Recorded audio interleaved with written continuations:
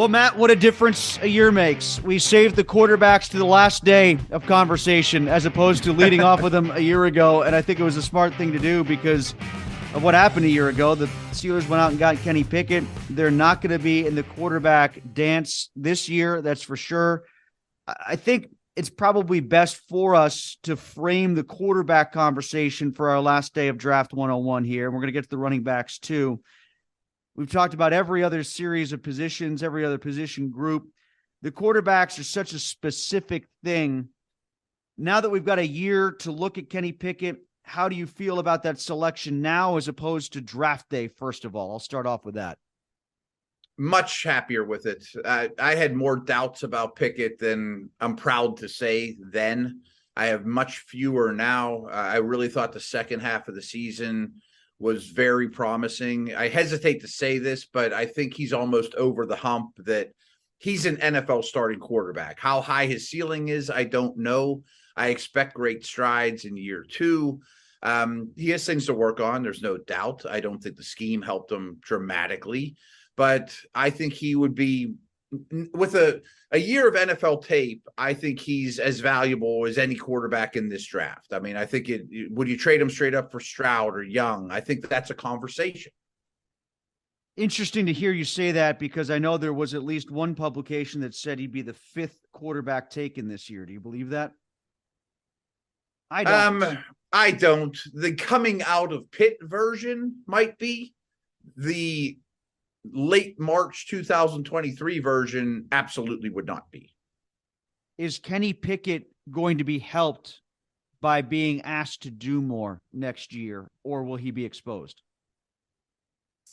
Well, I think he can digest everything you put on his plate. I absolutely think that. I think he got better at his weaknesses. I didn't see a lot of the same mistakes made, which I thought is a great sign for a young quarterback. This isn't exactly in-depth analytic scouting, but he looked like he belonged. Nothing was too big for him. The things that are the great quarterbacks do that the rookies always struggle, and Kenny is in this area too, is his red zone passing and throwing between 10 and 20 yards. Those are the hardest throws in the league. Deep balls aren't, off-script plays aren't. Driving the ball 10 to 12 or 10 to 20 and the red zone stuff. And he was at the bottom of the league in both, as rookie starters always are. So that's the key to me. And scheme could help him a little more too. I mean, let's be honest. I think there are only two this that I would consider in front of Pickett if you took the Pitt version of Kenny Pickett or this year's, the current version of Kenny Pickett. I would still only consider Young or Stroud in front of him. They're my top two by a mile in this. Okay, so there's a huge gap, you think, between maybe not a huge gap, but there's a gap. Yeah, they should go first and second overall, in my opinion. Levis from Kentucky and Anthony Richardson from Florida. I'm just not buying Levis so much. And Richardson, big questions, boom or bust. Yes. So my rankings go Stroud, Young, Gap, Richardson. And I kind of cheat with Richardson because I want to know his work ethic. And is he going to be Jalen Hurts dedicated to getting better throwing the football? I don't know. Yes or no is probably the answer. I don't know. And then I was torn. I almost put Hendon Hooker ahead of Levis. I have a lot of doubts about Levis. I agree with you. I just haven't seen enough to be convinced that he's a really good first round worthy NFL quarterback. I don't know. Yeah. I kind of hear what you're saying. I think it's close between Levis and Hooker. I probably wouldn't elevate Hooker over Levis, but I'm also not drafting Levis and thinking to myself, well, there's my quarterback for the next 10 years. Right. I mean, if I'm the Raiders at 7, I'm not just saying, oh, Levis fell to me, we're set. I have some doubts. His decision-making, his accuracy, not great. And he doesn't have the benefit, obviously, of having the supporting cast that Stroud and Young had. I mean, frankly, that was my big concern with Stroud is, has there ever been a good Ohio State quarterback in the pros? Like my whole lifetime, Justin Fields has the chance to be the best, and he's still only 2 years in. But the more I watched Stroud, I thought he's really good despite who's around him.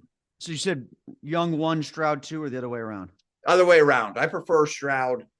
I'll be very honest. I mean, Young has an uncanny feel for the game, But I looked at Tua, Lamar, Kyler, the small quarterbacks have been drafted high. And just over the last couple of years, none of them finished the season. It's just young size bothers me to no end. And it's not seeing the field. It's just being able to be the same player in week 16 that you are in the preseason, let alone 3 years in. I mean, it's just the durability thing with him that he is very little. He walked right past me at the combine. And I thought, wow, I would have a hard time drafting him, knowing that the pounding he's going to take over the next decade. How many go in the top 50? How many quarterbacks go in the top 50? And I'm basically asking that. Those five go in the top 50. And then I think there's a big drop off. Tanner McKee's probably the 6th, but I think there's 5 that anyone logical would think are potential starters. I was wondering if Hooker might be later than that. I think Hooker might sneak into the 1st. Yeah, I don't know if you caught this, but Daniel Jeremiah had the Minnesota. I know he's Vikings had some late healing. Yeah. I mean, the knocks on him are he's old and he's injured, but his tape is really, really good. And a team like the Vikings would be ideal for him, or Minnesota or Detroit, or not Minnesota, the Lions or Seattle that have 2 first-round picks but don't need him this year. I think those are great spots for him. That's 5 spots then that somebody the Steelers weren't going to take is going to be there. Right. I guess is what that's where I'm going with the analysis here. Is you want to see the quarterbacks go high, go early, because then it just frees up an extra player every time that the Steelers might want to consider. That's overly simplistic, but that's what I'm rooting for. Yes. However, we've talked about trading down here several times all week. And if Levis is sitting there at 17, you're not going to take him, but the Bucks might call, or somebody might call to go get him. Or what if Hooker's the only starting quarterback left when day 1 is over, and you're sitting there with the first pick in the draft? Maybe 5 teams that left out on quarterback are calling you to go get that guy. I'll ask a similar question about our last position that we haven't talked about yet, and that's running back. How many running backs do you see in the top 50? 2. I think Jahmyr Gibbs is an exceptional, smaller, great receiver, dynamic, is an early pick anytime he comes out. And I think Bijan Robinson's the best running back prospect I've ever seen, at least in the last 15 years. How high do those 2 go?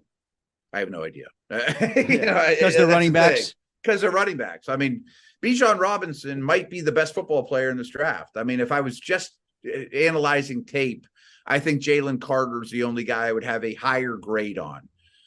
I don't think he goes in the top 10, though. And I think someone will take him that we don't expect, maybe the Chargers or the Cowboys, somebody that has a running back that has an expiring contract. He's a total superstar, though. And this isn't what you asked me, but we talked about tight ends yesterday, and I thought tight end was the best position group in this draft. I think running back or corner is fighting for second. So there's great depth.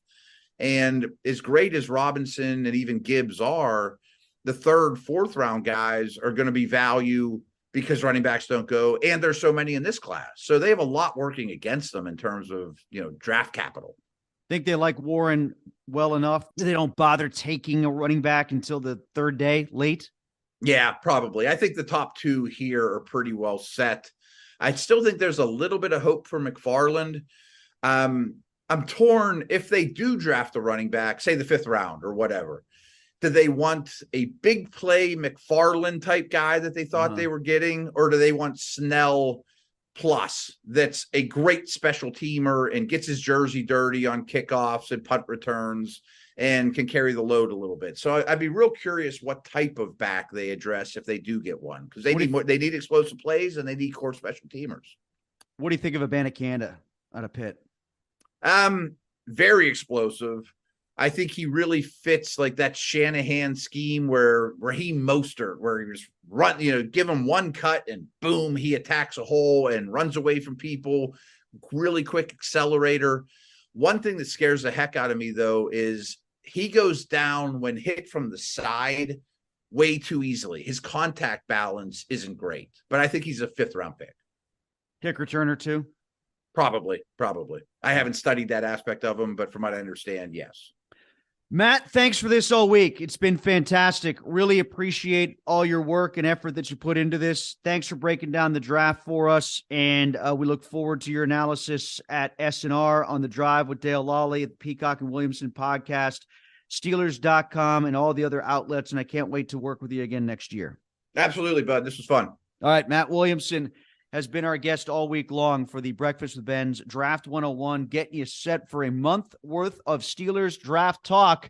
And we just laid the foundation for you. Now you have all your tools to be ready on draft day to not be surprised when the Steelers take anybody, not just round 1, but all the way through the 7th round. You're going to know every name that the Steelers take thanks to us. This is Breakfast with Benz.